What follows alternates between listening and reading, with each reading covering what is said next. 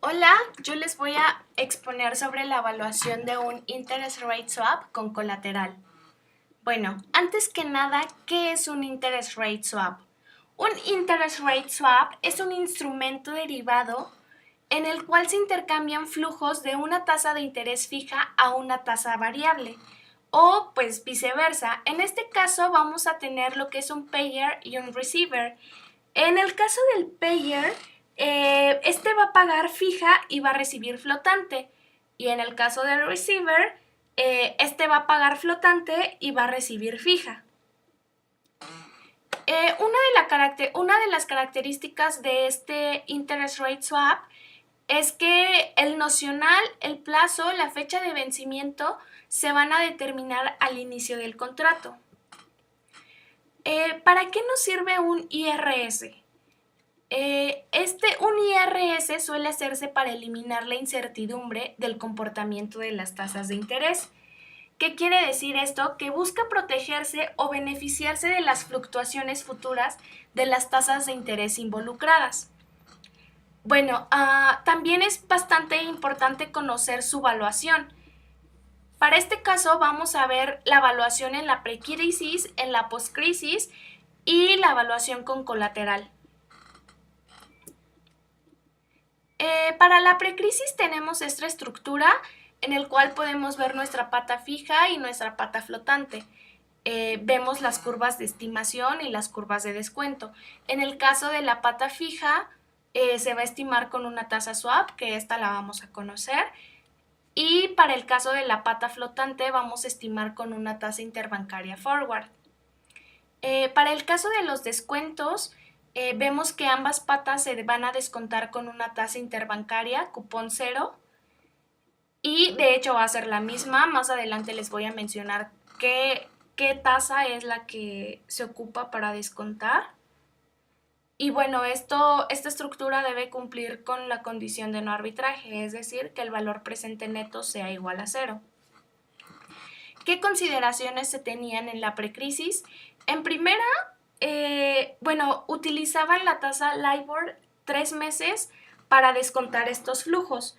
¿Por qué? Porque se creía que era la tasa libre de riesgo, la mejor aproximación a una tasa libre de riesgo. Aparte, pues había un spread de riesgo despreciable, no se utilizaba colateral, tampoco las curvas tenor, y aparte se decía que era una valoración bastante sencilla debido a que la tasa de interés de referencia era igual a la tasa de descuento, y de hecho esto lo podemos ver en la estructura que les acabo de mostrar. Esto también lo podemos ver en la película de La Gran Apuesta, que antes de la crisis, pues realmente el spread de crédito, el spread de riesgo de crédito pues era despreciable, y bueno, tampoco había un colateral. Entonces, ahora vemos qué problemas se tenían con esta evaluación.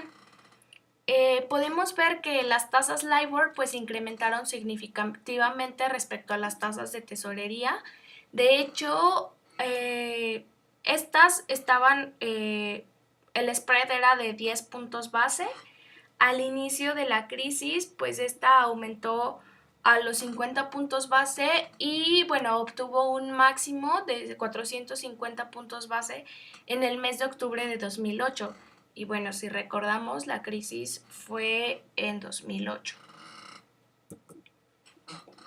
De hecho, en esta gráfica podemos ver la gráfica roja muestra la tasa LIBOR 3 meses, la azul la de tesorería y bueno, la verde es el spread.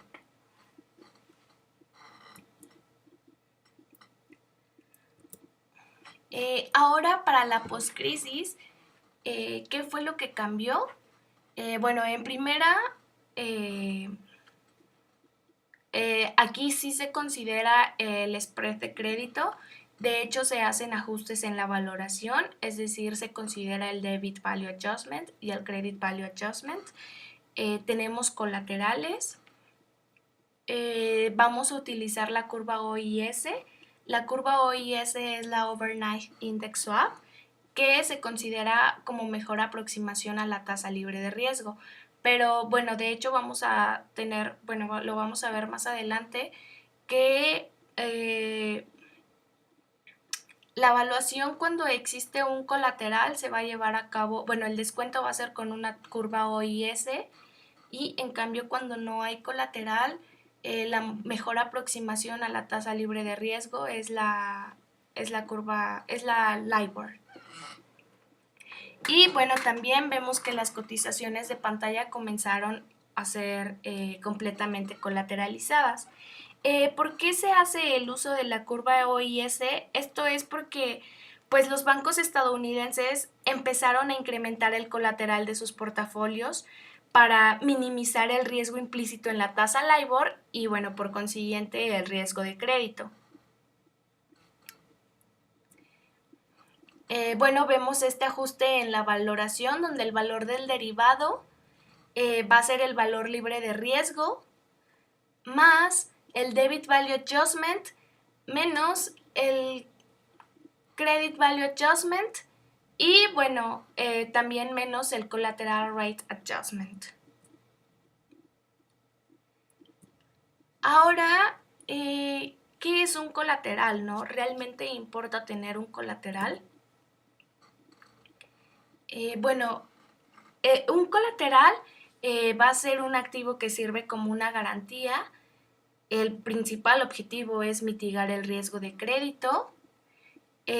Obviamente un préstamo colateralizado tiene un menor riesgo de crédito que un préstamo no garantizado.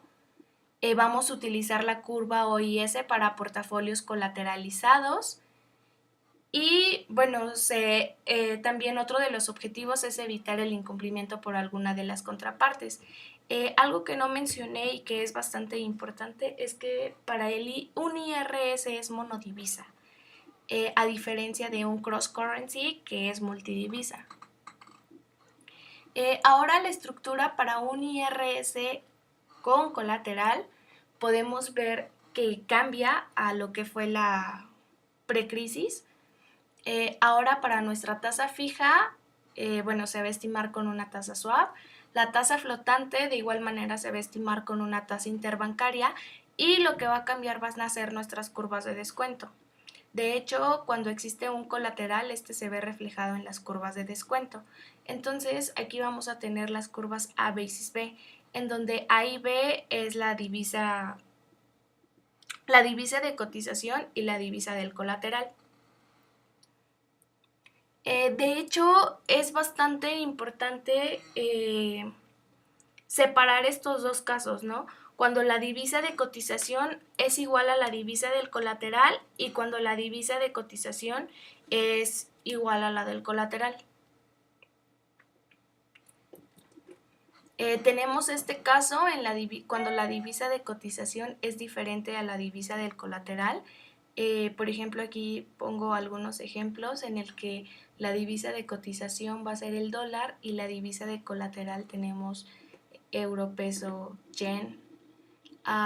Bueno, nuestra estructura va a ser un USD basis euro y bueno, la curva con la que se va a descontar va a ser un basis swap dólar euro. En el caso de la divisa de colateral es el peso, pues vamos a utilizar la curva basis swap dólar peso con colateral en peso. Y para el caso del yen, pues vamos a utilizar un basis swap dólar yen con colateral en yen. Ahora, cuando la divisa de cotización es igual a la divisa del colateral, vamos a utilizar, por ejemplo, cuando es un colateral euro, vamos a utilizar EONIA, que es la Overnight Index Swap, solamente que para el euro, entonces va a ser la Euro Overnight Index Average. En el caso del colateral dólar, vamos a utilizar la Fed Funds. Y para el caso de la libra esterlina, vamos a utilizar la Sterling Overnight Index Average, que es la SONIA.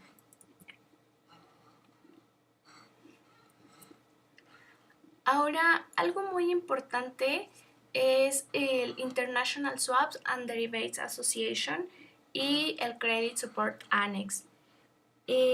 Bueno, como sabemos, existen dos tipos de mercados o están categorizados como mercado organizado y mercado no organizado o mercado OTC. Entonces, una de las diferencias más importantes entre estos mercados es la forma de regulación que hay en cada uno de ellos. Podemos ver que el mercado organizado pues está bastante regulado y en cambio en el mercado OTC se podría decir que no es tan exigente o no hay una muy buena regulación. Entonces, fue por eso que en 1985 nace la Asociación Internacional de Swaps y Derivados, mejor conocida como ISDA por sus siglas en inglés. Y bueno, el principal objetivo de ISDA pues es desarrollar documentos base que sirvan para operar, para las operaciones financieras. ¿Con qué fin? Pues que sean más seguras y más eficientes y bueno, pues eliminar un poco como el incumplimiento. Sí, hacer que los contratos, sí, hacer que las contrapartes cumplan de cierta forma.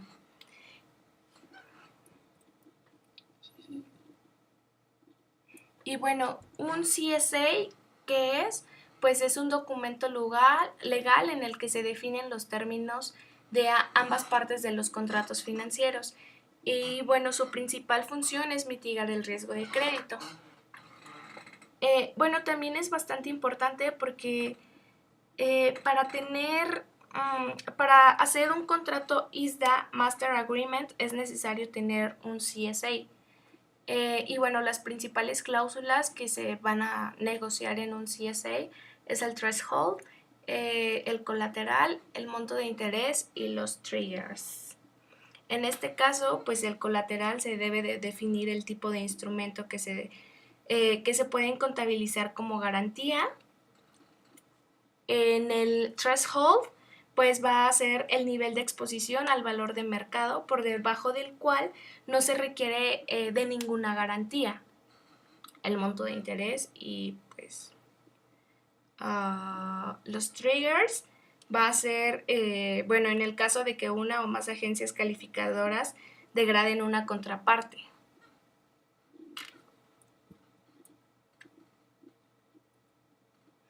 Y bueno, como ya les había mencionado, el contrato ISDA Master Agreement es el más usado en el mercado OTC y bueno, este contiene un contrato CSA. Es por eso que es bastante importante contar con pues sí, con este contrato.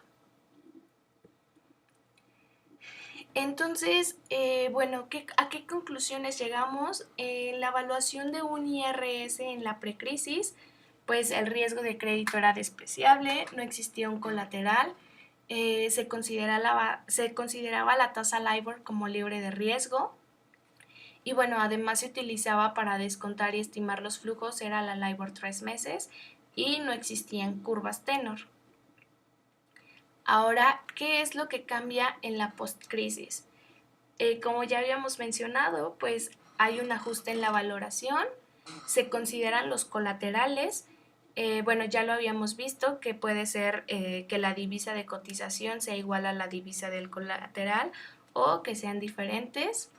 Se dice que la tasa OIS es una mejor aproximación a la tasa libre de riesgo.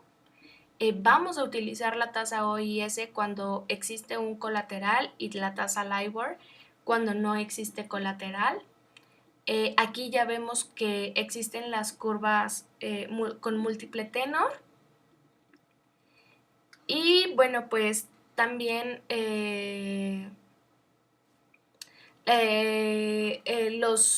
podemos ver esto de ISDA y CSA, que pues son más comunes. Bueno, más bien, sí, bueno, cuando entras en el mercado OTC, pues ya son más comunes justo estos contratos, que es para mitigar pues la exposición de riesgo de contraparte.